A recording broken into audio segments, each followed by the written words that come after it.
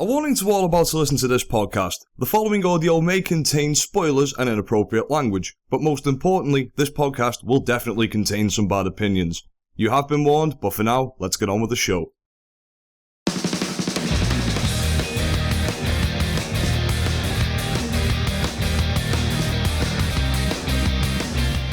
Hey YouTube, it's me again, Ego, here to bring you the second installment of Ego Without Amigos. This time, it's even worse. This one might be a little shorter than the last one, even though the last one was pretty short, because I don't really have as much to talk about this time. I've covered basically all my introductory stuff on the anime I've been watching recently, so I won't go into too much detail on things like OPs, general feel, or anything. Just gonna cover some of the latest episodes and more of my general feel for things now as opposed to before. So let's get started. Let's dive right into it, starting with Argevollen. Okay, I told you guys I would watch a little bit more of this. I actually promised to watch the whole season. I haven't been, because I found a lot of other shows that I really liked and actually really wanted to catch up to, but Argevollen just really wasn't at the top of my list. I'll go back to it at some point. Argevollen, I really hope it gets better. I really hope it stops being, as I said, continuously in the last one, generic. Maybe some character development will be nice. Who knows? Well, actually, thinking back on it, it wasn't as awful as I might have made it out to be. I'll give it another shot. Alright, moving along. I watched the first episode of this today. The season's been going on since the beginning of the summer, but I just started watching. The show is called Nobunaga Concerto. I basically just picked it up because I like the concept. Some guy is transported back in time and has to become Oda Nobunaga. I saw this concept laid out in a couple of other anime where the guy has to travel back in time and be part of Nobunaga's crew or something. But one of them was basically that everyone in Nobunaga's family and everyone around him had been transformed into cute little girls, basically making a harem for the main character. And that really just bothered me for some reason. Not saying that, harem shows are bad. I'm a big fan of Steins Gate, but it just really didn't work for the show. It didn't really work for the setting. It just kind of made light of the whole thing. History didn't even make sense.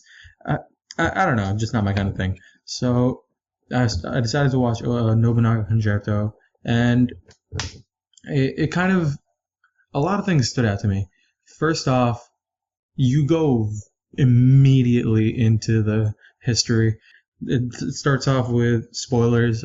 The main character in a history lesson about Nobunaga and his family, and all the stuff that he had to do to conquer Japan.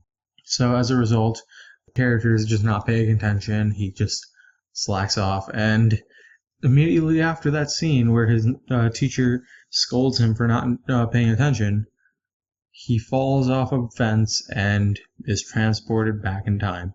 I was hoping there would be a little bit more to this.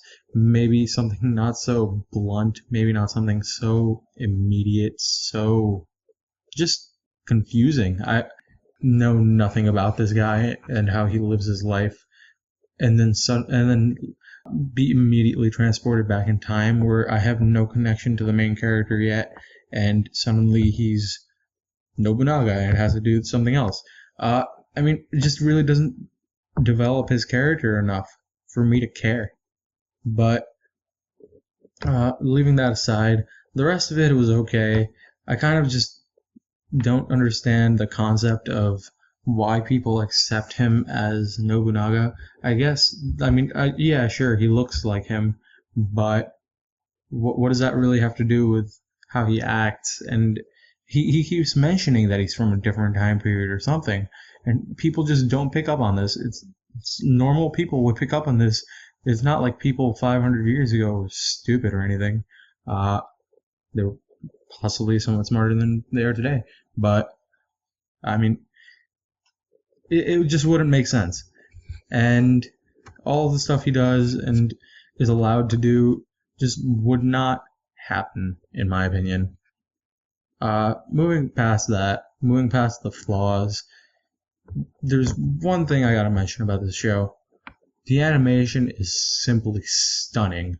There's no other word for it. It's stunning. It's beautifully done. It's actually kind of awkward in some of its movements of characters, but you get used to it pretty quickly. And it actually feels comfortable to watch. The settings, the colors, everything is beautiful. I have no idea about any of the background to this show. Not even speaking history wise. I know very little about Japanese history. But just in terms of the show itself and its creation, I don't understand. It kind of just seems like a PSA for little kids about Nobunaga and Japanese history. And so it kind of in its animation even, it reminded me of new shows that have a lower budget, that have some awkward animation, kind of just funded by the government, kind of like PBS in America. I guess what I'm trying to say is it just seems very awkwardly done in some methods, but overall the artwork, the animation of anything but the characters actually seems simply beautiful, and it's really well done. The introductions to some of the characters have very modern, backdrops. They actually display people accurately in history, and then just kind of have this is who this guy is, as if someone is starring in the show, and it's just one of those intro sequences where they display the guy's name next to him, but it's actually someone from history. It just seems very, very PSA. It's actually really kind of cool that they would educate kids this way, but I don't know. It just it's very awkward. Anyway, I might watch another episode of the show, but it just seems kind of bland. The plot seems very bland. Overall, I would say if you like great visuals, great animation, great backdrops, and just, subpar plot, I guess, go ahead and watch the show. Not stopping you there. Alright, let's move on to a show I've actually been actively watching and have caught up to, Rail Wars.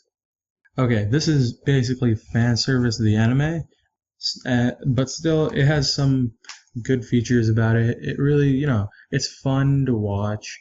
It's great to see character development through, coordinated effort, through just all of the little quirks that each character has and how they interact with each other as a result. And it's actually kind of fun. I mean, moving past all the clearly romantic plot that's going to happen or has actually already started happening, the show still manages to steer, no pun intended, in the right direction in terms of, just making a good story, making something, very mundane into something very exciting. The latest episode actually had some great action sequences. I mean, no fighting, but just some animation that seemed superb, that really made the show seem a lot better to me in terms of attracting an audience that expects something better than just a show about trains. It's a show about trains and the people who drive them, the people who ride them, the people who conduct business, and the people who actually run the subway or the metro or whatever in Japan and in Tokyo. And it's actually kind of cool. It's almost as if it's another PSA, but hey, it's fun, so why not? Alright, moving on, let's go to Tokyo Ghoul. I mean, you already know my thoughts on this. Great show. Unfortunately, the last few episodes have been almost entirely action, and that's actually been kind of boring. I know it should be more exciting. The show's picking up a little bit more pace somehow, but at the same time, it kind of seems like it's lost its path, It just seems kind of wandering in one spot and not really moving past that spot. I really hope they make, some momentum happen, some actual, tangible action besides this current plot where, spoilers, people are just fighting for, ghouls versus inspectors and, having them die. Oh, look, they're dead. Yes, thank you. Thank you for killing a character that I really did not empathize with. But I see them moving in a direction where they're creating characters that you will empathize with, some even past their deaths. So hopefully they, keep that up. Maybe get rid of a little of the action. The action doesn't particularly entertain. It's decently made, but it just doesn't do anything. It doesn't act in the plot. It's just a device to, I guess, take up time rather than give meaning to the show. Anyway, moving on from that, let's talk about Haru Ride. Haru Ride. The show is actually pretty funny. Just watching the romance happen. The romance is actually somewhat different from a lot of anime I've seen because the characters kind of actively move against it. I won't say too much because me and Archer will probably review this later, but the show has some moments where you just say why to yourself. And there's one character in particular, hint, it's Yuuri, who just pisses us off. She's just so terrible and possibly one of the best created characters in anime because she just makes you hate her so much. And moving on, Gekkan Shoujo Nozaki-kun, my favorite show of the season, no doubt about it. The show it's really funny. Its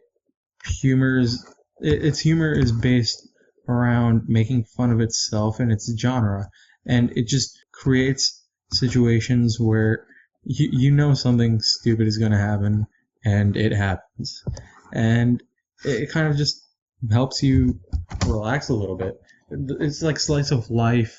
It's like slice of life, but where you don't actually have to care about life. The life aspect of it is basically removed. Instead, you have, this idealized space where these characters are just focusing on manga and making it. And instead, you have, fun just making manga, fun talking about it, fun developing it, fun seeing the result of it, fun seeing their interactions with each other as a result of it, fun just in general. It's fun. It doesn't actively try to pander to anybody. It doesn't actively try to, give you fan service. It just sort of throws plot at you and then makes fun of that plot. And then just prevents you from having that plot that you want so badly. Okay. One last thing. I won't talk about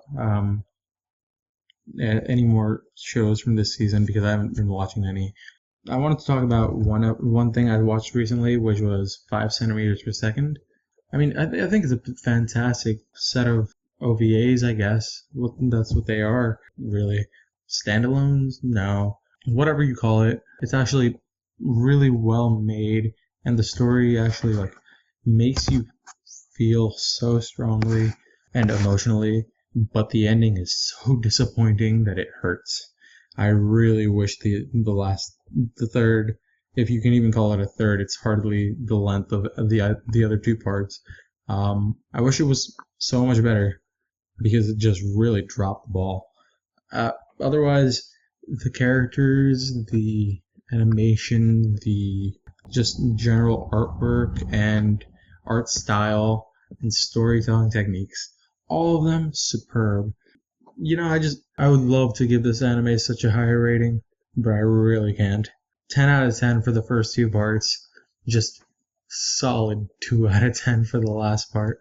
Overall, 7 out of 10. I can't. It just won't move past that. Maybe even 6.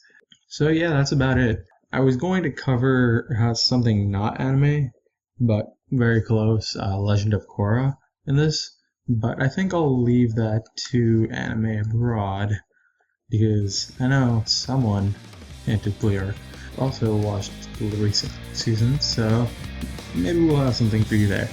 Alright, signing out, this is Ego from Ego Without Amigos of the Anime Abroad podcast. And stay sexy.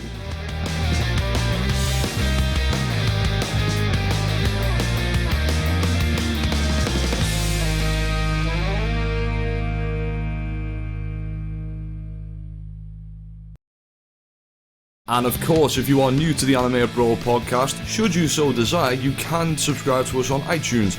We only upload the main podcast there, however, so if you wish to listen to our other shows, such as the lovely show you've just listened to, Ego Without Amigos, and of course our more casual podcast, Reanimate, subscribe to us on YouTube by hitting that subscribe button below. You can find us over on Podcast Garden, as well as our social media pages on Facebook and Twitter. All of these links will be in the description below. Thank you very much for listening, and we hope to see you again sometime soon.